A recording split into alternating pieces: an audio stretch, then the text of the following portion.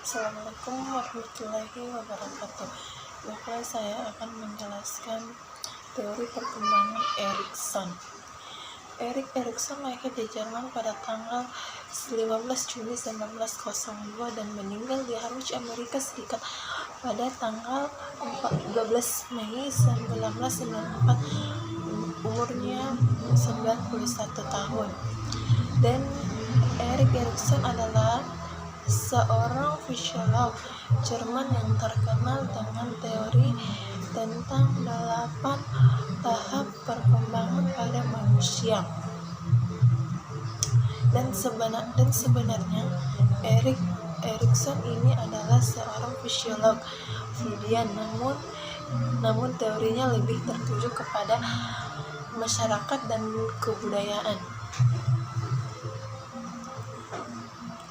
Jika dibandingkan dengan para fisiolog yang lainnya. Kemudian, Erik Erikson ini terkenal karena upayanya dalam mengembangkan tentang teori tahap perkembangan pada kehidupan manusia yang dirintis oleh Freudian.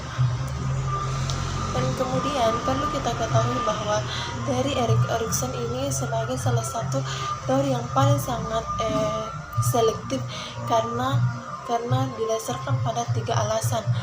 Dan alasan yang pertama adalah karena teorinya yang sangat representatif. Kemudian yang kedua lebih menekankan pada kepentingan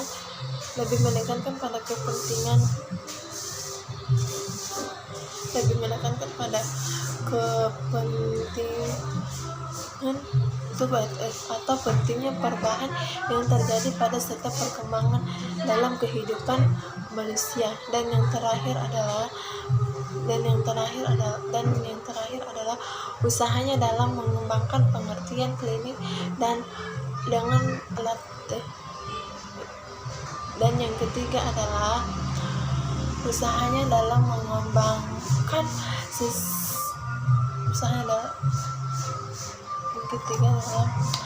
itu dapat mengembangkan secara eksplisit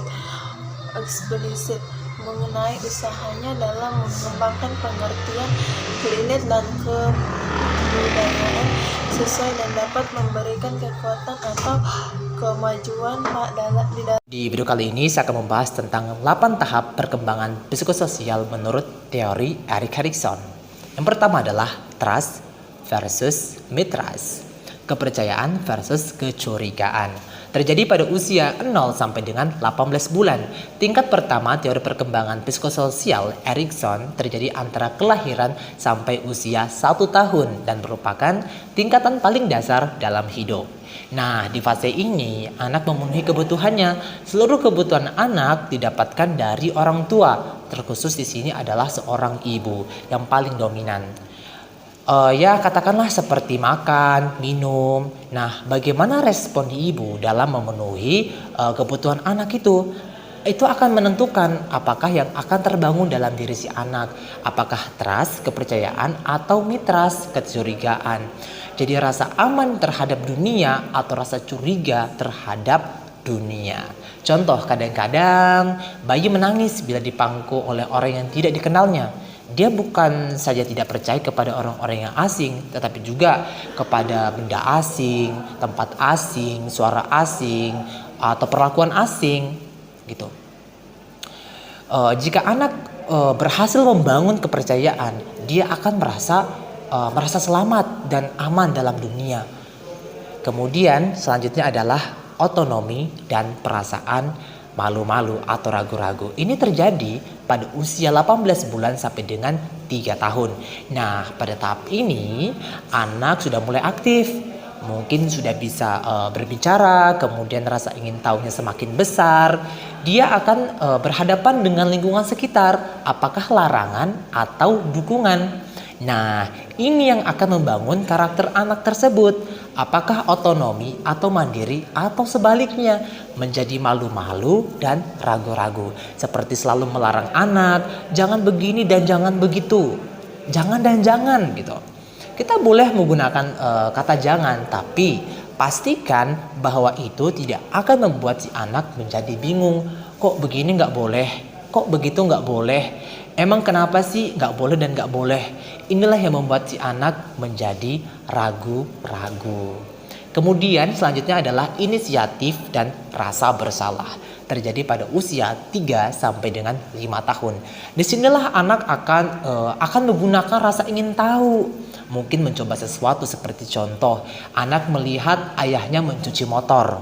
Lalu dia juga ingin membantu ayahnya mencuci motor, ikut-ikutan lah. Nah, kemudian kalau dorongan ini kita fasilitasi, maka yang muncul adalah inisiatif. Tetapi kalau misalnya kita sebagai orang tua malah memarahinya saatnya mungkin si anak menumpahkan sabun atau air. Nah, ini yang akan membuat si anak akan menjadi merasa bersalah. Kerajinan versus inferioritas terjadi pada usia 6 sampai dengan pubertas. Nah, di tahap ini anak-anak sudah mulai bisa berkreasi. Ya, mungkin hal yang disukai seperti melukis pemandangan atau si anak suka bernyanyi. Nah, orang tua dan guru harus selalu mengarahkan anak atau mendorong anak tersebut untuk mengembangkan bakat dan minatnya. Contoh, misalkan ada lomba menyanyi. Jangan karena mungkin suara anak tersebut kurang bagus, kita sebagai orang tua atau guru malah nggak mendukung. Justru kita beri semangat dia, arahkan dia untuk selalu berlatih bernyanyi. Nah, dari situ anak akan merasa percaya diri. Tapi kalau orang tua atau guru malah melarang-larang anak tersebut, yang ada anak tersebut akan merasa, oh iya ya, mungkin memang aku nggak punya bakat. Nah, inilah yang membuat si anak menjadi insecure dengan dirinya. Kemudian identitas versus kekacauan. Identitas terjadi pada masa remaja, yakni usia 10 sampai dengan 20 tahun. Ketika masa remaja akan menggambarkan identitas. Siapa sih aku ini? Tapi kalau dia nggak bisa, maka dia akan merasa kebingungan. Sebenarnya siapa sih aku ini? Dan itu sebenarnya dipengaruhi sebelum-sebelumnya. Jadi kalau anak sudah bisa beradaptasi sama lingkungan, udah bisa ngerasa dia udah punya kendali aktivitas, kemudian udah punya inisiatif, punya karya, maka tahap remaja dia udah bisa mendefinisikan dirinya. Kelebihan aku apa sih? Kelemahan aku apa sih? Atau mau kuliah jurusan apa? Dia udah tahu. Tapi kalau ada anak yang nggak tahu, ya mungkin contohnya setelah tamat SMA mau ambil jurusan apa, dia bingung. Ya mungkin pada tahap dia masih kecil dulu, dia nggak pernah mengembangkan dirinya. Kemudian selanjutnya adalah seksualitas versus isolasi. Ini terjadi selama masa dewasa awal 20-an tahun sampai 30-an tahun. Jadi ini kemampuan untuk mendekatkan diri dengan seseorang atau seperti contoh ingin berkeluarga. Ketika orang atau lingkungan atau dirinya sendiri nggak bisa menempatkan dirinya dengan lingkungan dan lingkungan nggak bisa merespon dia, maka yang terjadi adalah dia merasa seperti nggak punya siapa-siapa yang akhirnya akan merasa terisolasi. Kayak misalnya, umurku sudah sekian tahun tapi kok kayak aku ngerasa nggak sukses-sukses gitu, nggak ada yang mau nikah sama aku. Nah, di sini masalahnya sebenarnya kesulitan dalam membangun kedekatan, ya karena merasa nggak percaya diri atau ngerasa nggak punya bakat atau keahlian. Kemudian selanjutnya adalah generativitas versus stagnasi. Terjadi selama masa pertengahan dewasa 40-an tahun sampai 50-an tahun. Oke, selama masa ini mereka melanjutkan untuk membangun hidupnya, berfokus terhadap karir dan keluarga. Mereka yang berhasil dalam tahap ini maka akan merasa bahwa mereka berkontribusi terhadap dunia dengan partisipasinya di dalam rumah serta komunitas. Mereka yang gagal melalui tahap ini akan merasa tidak produktif dan tidak terlibat di dunia ini. Pada masa ini, salah satu tugas untuk dicapai ialah dengan mengabdikan diri guna keseimbangan antara sifat melahirkan sesuatu dengan sifat tidak berbuat apa-apa. Kemudian selanjutnya adalah integritas versus keputusasaan. Ini terjadi selama masa akhir dewasa 60-an tahun. Ketika masuk fase ini, orang cenderung melakukan cerminan diri atau flashback terhadap masa lalunya. Mereka yang tidak berhasil pada fase ini akan merasa bahwa hidupnya percuma dan mengalami banyak penyesalan, akan merasa kayak kepahitan hidup dan putus asa. Mereka yang berhasil melewati fase ini berarti dia dapat mencerminkan keberhasilan dan kegagalan yang pernah dialami. Orang itu akan mencapai kebijaksanaan meskipun saat mengalami kematian. Ada 6 pokok pikiran teori perkembangan psikososial Erikson. Yang pertama yaitu prinsip epigenetik, perkembangan kepribadian mengikuti prinsip epigenetik. Yang kedua, interaksi bertentangan di setiap tahap. Ketiga, kekuatan ego. Konflik psikososial di setiap tahap hasilnya akan mempengaruhi atau mengembangkan ego dari sisi jenis sifat yang dikembangkan.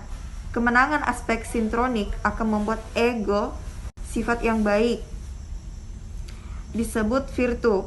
Dari sisi energi, virtu akan meningkatkan kuantitas ego atau kekuatan ego untuk mengatasi konflik. Ada konflik psikososial antara elemen sintonik atau syntonic harmonious dan syntonic destruktif. Kedua elemen itu dibutuhkan oleh kepribadian. Yang konflik sejenis, sehingga virtu disebut juga sebagai kekuatan dasar basic strength. Saya Laude Abdurrahman Hakim, dan terkait beberapa pokok-pokok pikiran dalam teori perkembangan psikososial Erikson, diantaranya adalah pertama, aspek somatis. Walaupun Erikson membagi tahapan berdasarkan perkembangan psikososial, namun ia tidak melupakan aspek somatis atau biological aspect dari perkembangan manusia. Yang kedua adalah konflik dan peristiwa pancaragam atau multiplicity of conflict and event. Peristiwa pada awal perkembangan tidak berdampak langsung pada perkembangan kepribadian selanjutnya.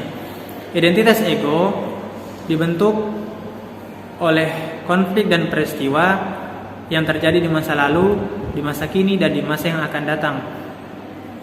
Poin selanjutnya adalah pada setiap tahap perkembangan, khususnya pada tahap adolescent dan sesudahnya, perkembangan kepribadian ditandai dengan krisis identitas atau identity crisis yang Erikson namakan sebagai titik balik periode peningkatan bahaya dan memuncaknya konflik. Assalamualaikum warahmatullahi wabarakatuh. Perkenalkan, nama saya Asatria Handoko, saya dari kelompok 3 dan saya akan membacakan poin saya, yaitu pengaruh masyarakat.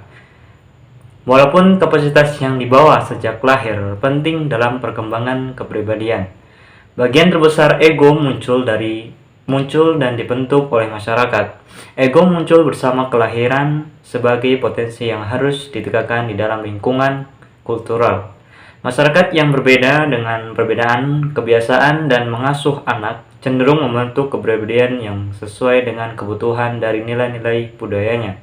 Sekian dari saya, terima kasih. Assalamualaikum warahmatullahi wabarakatuh.